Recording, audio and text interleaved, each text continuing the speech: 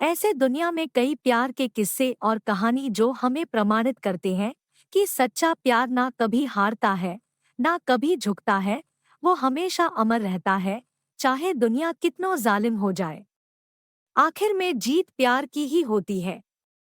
इन्हीं कहानियों में एक कहानी हीरांझा की है, जो प्यार की ऐसी अमिट छाप छोड़ी जिसे दुनिया आज भी याद करता है। उनका प्यार अमर है। आइए जानें हीरांझा की सच्ची प्रेम कहानी। प्यार को शब्दों में बयां नहीं किया जा सकता और ना ही इसकी कोई परिभाषा है। इसे सिर्फ महसूस किया जा सकता है। ये तो एक ऐसा खूबसूरत एहसास है जो दो लोगों को बहुत गहराई से आपस में जोड़ता है। ये एक ऐसा बंधन है जो दो लोगों को रूह की गहराई से बांध देता है।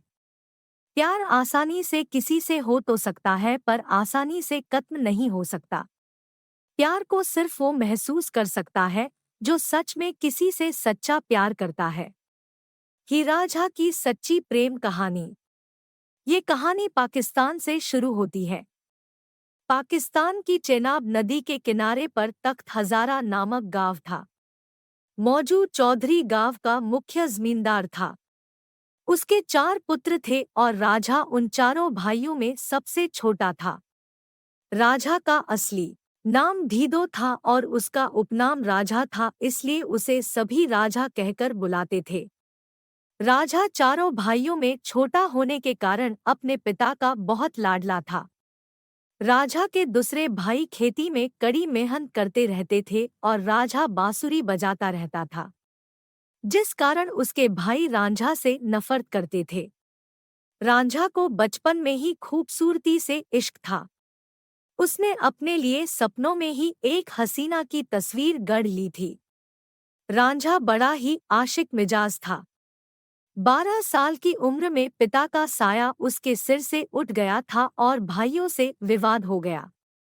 अपने भाइयों से अलग होकर वह सारा दिन पेड़ों के नीचे बैठा रहता और अपने सपनों की शहजादी के बारे में सोचा करता था। एक बार एक पीर ने उससे पूछा, तुम इतने दुखी क्यों हो?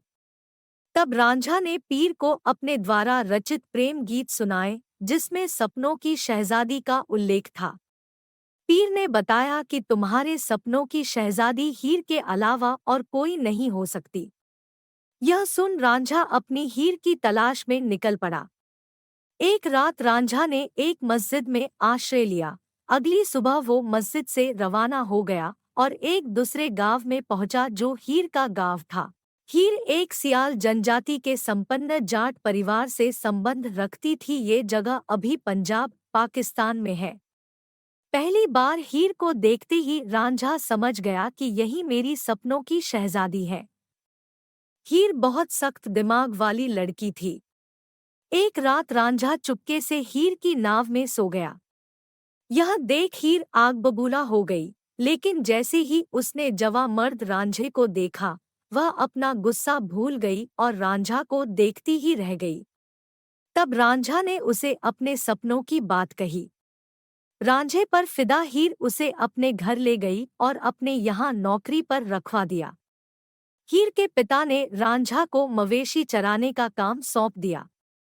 हीर रांझा की बांसुरी की आवाज में मंत्रमुग्ध हो जाती थी और धीरे धीरे हीर को रांझा से गहरा प्यार हो गया।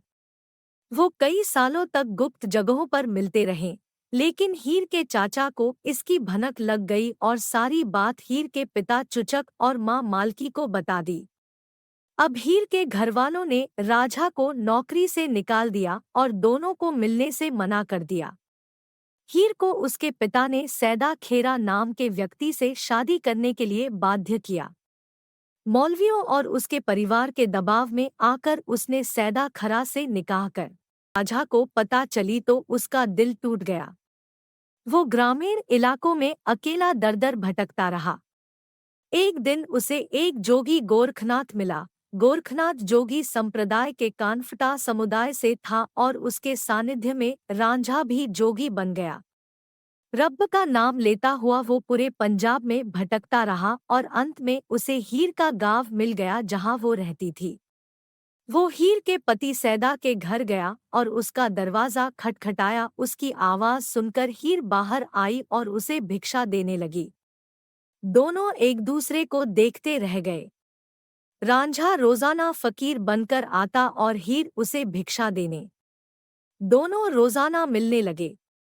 यह हीर की भाभी ने देख लिया। उसने हीर को टोका तो रांझा गांव के बाहर चला गया। सारे लोग उसे फकीर मानकर पूजने लगे। उसकी जुदाई में हीर बीमार हो गई। जब वैद्य हकीमों से उसका इलाज न हुआ तो हीर के ससुर ने रांझे के पास जाकर उसकी मदद मांगी। रांझा हीर के घर चला आया। उसने हीर के सिर पर हाथ रखा और हीर की चेतना लौट आई।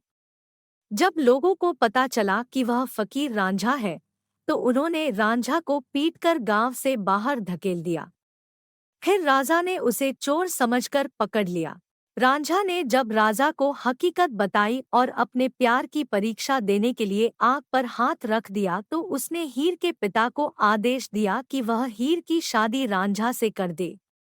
राजा की आज्ञा के डर से उसके पिता ने मंजूरी तो दे दी, लेकिन शादी के दिन हीर के चाचा कैदों ने हीर खाने में जहर मिला दिया ताकि ये शादी रुक जाए।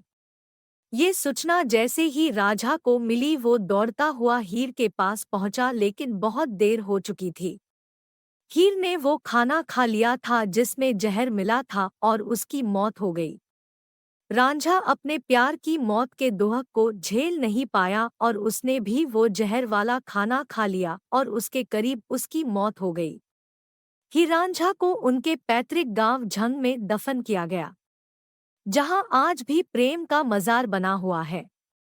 भले ही हीर मर गई, रांझा मर गया, लेकिन उनकी मोहब्बत आज भी जिंदा है।